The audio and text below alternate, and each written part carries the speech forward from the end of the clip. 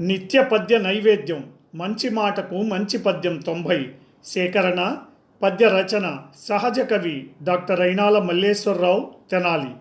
గానం గాన కళారత్న శ్రీ వెంపటి సత్యనారాయణ తెనాలి. మంచి మాట. నాలుకను అదుపులో పెట్టుకోవడమే నిజమైన యోగ సాధన. నరములే నట్టి నీ యొక్క నాల్కనెప్పుడు అదుపులో పెట్టుకొనుటయే అగును సుమ్మి.